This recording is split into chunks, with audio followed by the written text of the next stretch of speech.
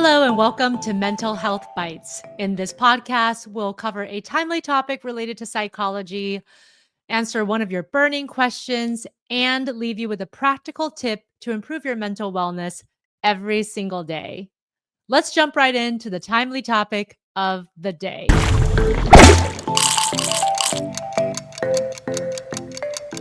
We've all heard of fight or flight, but have you also heard of the freeze response? Well, this is another nervous system response that might be the real culprit behind your procrastination, your feelings of burnout, and your lack of motivation. This happens when your brain perceives stress or overwhelm as too much to handle. Instead of running from the problem or fighting through it, your nervous system essentially hits the brakes. And this shutdown can make even the simplest tasks feel impossible. Today, we're going to break this all down. I'll explain exactly what the freeze response is, why it happens, and how to tell if you're experiencing it instead of something like ADHD or burnout. I'll also answer a listener's question about why they feel stuck, and I'll give you a powerful technique you can use today to break free from freeze mode and start getting things done. So, what is the freeze response exactly, and why does it matter? Well, we've all had moments when we felt overwhelmed. Maybe you have a big project due, an overflowing inbox, or even just a messy room that needs cleaning. You tell yourself you'll get started, but instead, you freeze. Your brain suddenly feels foggy. You can't seem to make a decision. You feel detached, distant, almost like you're watching yourself from the outside. Instead of doing the things that you need to do, you end up lost in social media, rewatching a show you've already seen, or doing absolutely nothing. This isn't just procrastination and it's not laziness. It's an actual biological response to stress. When faced with a stressful situation, your nervous system has several ways it can react. Most people are familiar with fight or flight, either confronting the stress head on or avoiding it altogether.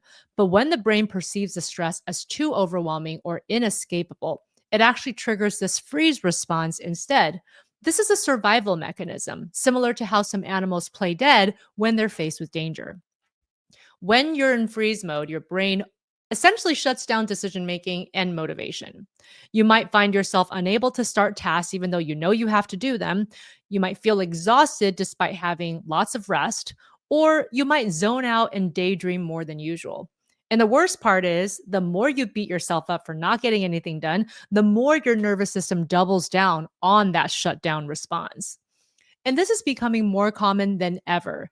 A recent Gallup report said that 44% of workers worldwide feel daily stress, which is the highest level ever recorded. Chronic stress impacts your prefrontal cortex. This is the part of the brain responsible for focus and decision making and all those amazing executive functions that make us human.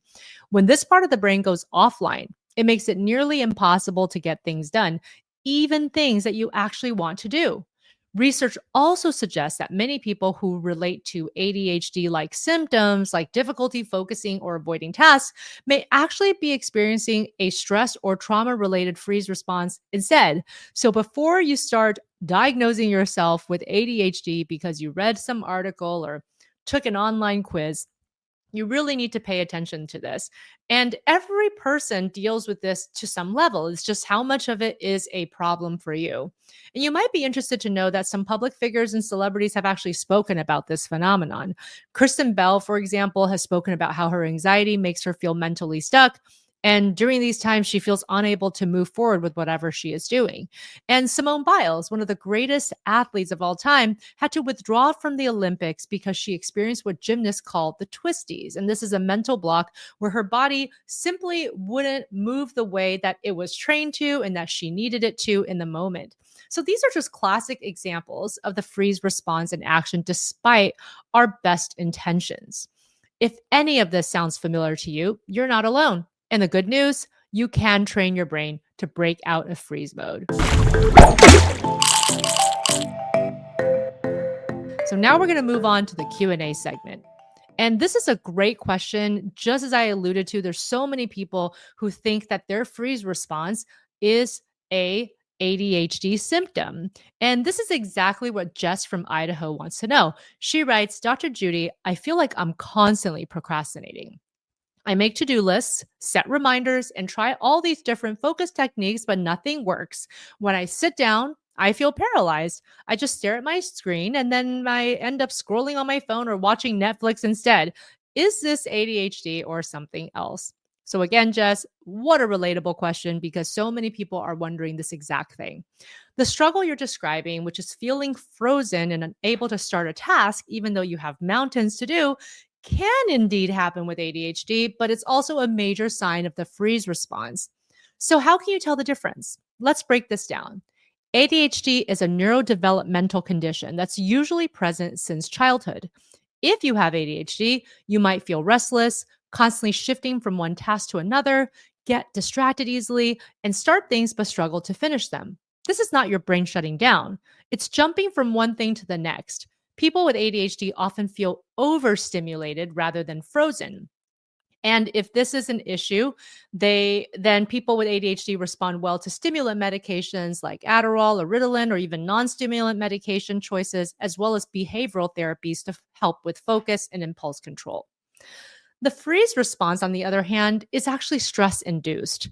It tends to come in waves also, usually triggered by overwhelming situations. Instead of feeling restless, you feel mentally paralyzed. Your brain checks out, and instead of jumping between tasks, you actually end up doing nothing. You might zone out, dissociate, or feel emotionally numb. So, unlike ADHD, the freeze mode is best treated by regulating your emotion and nervous system, not stimulant medications. So here's a simple way to try and tell the difference. If you're frozen because of a specific stressor, like a deadline or a tough conversation, that's probably your freeze mode. If you've had chronic issues with focus and impulse control for as long as you can remember, even when you're not under specific stress, ADHD might be the factor. Of course, the best way to tease this out is to actually visit a credentialed mental health professional so that they can properly diagnose you and then offer the best treatment from there. But regardless of whether this is ADHD or freeze mode, there are helpful strategies that can help you to move forward. And that's going to bring me to today's practical tip of the day. Today's practical tip is the body before brain strategy. So, this is one of the fastest ways to break out of a freeze response by activating the body first before trying to engage the brain. When your nervous system is stuck in shutdown mode, your brain isn't going to respond to logic or motivation. It actually needs physical movement to snap you out of it. And so, coincidentally, this is actually a very helpful strategy as well if you might suffer from ADHD, because many people with ADHD are actually what we call kinesthetic learners. They learn better when their body is in motion and in movement.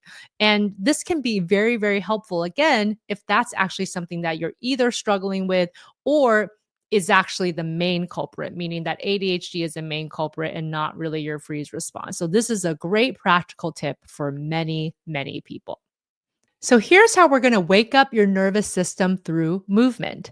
Step one is to shake it out.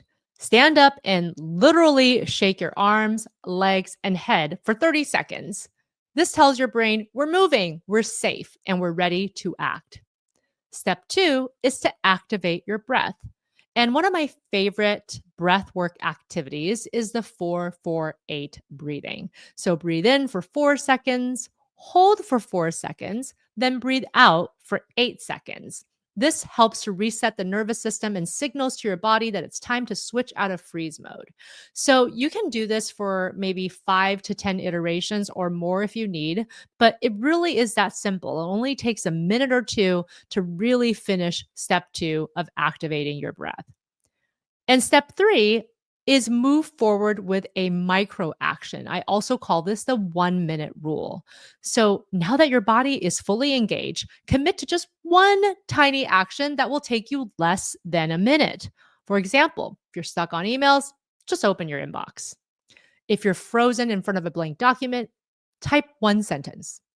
If you need to work out but feel paralyzed, just go and put on your workout shoes or your workout clothes. This works because ultimately your brain actually does not like unfinished tasks.